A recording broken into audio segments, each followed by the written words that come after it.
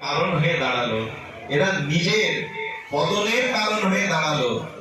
প্রশ্ন আছে, ভগবান যদি আমার স্রষ্টা হয়, ভগবান যদি আমি অনেকে বলে কি মা আমাকে 10 মাস 10 দিন গর্ভে রেখেছে, এই জন্য আমি মায়ের প্রতি কর্তব্য করছি।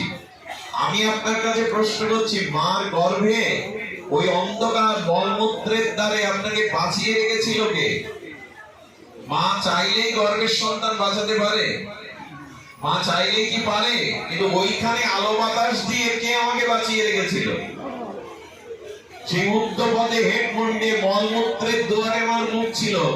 যদি মায়ের প্রতি কর্তব্য করবেন তবে মায়ের মা, কারণ ভাগবতে বলেছে তমেব পিতা চা মাতা তমেব, তুমি বিশ্ব মাতা, তুমি বিশ্ব পিতা। গর্ভে যিনি অন্ধকারের মধ্যে আমাকে রক্ষণ করেছেন, প্রতিপালন করেছেন, সেই ভগবানের প্রতি কর্তব্য নেই, শুধু মায়ের প্রতি কর্তব্য আপনার। আজ প্রতিটা মানুষ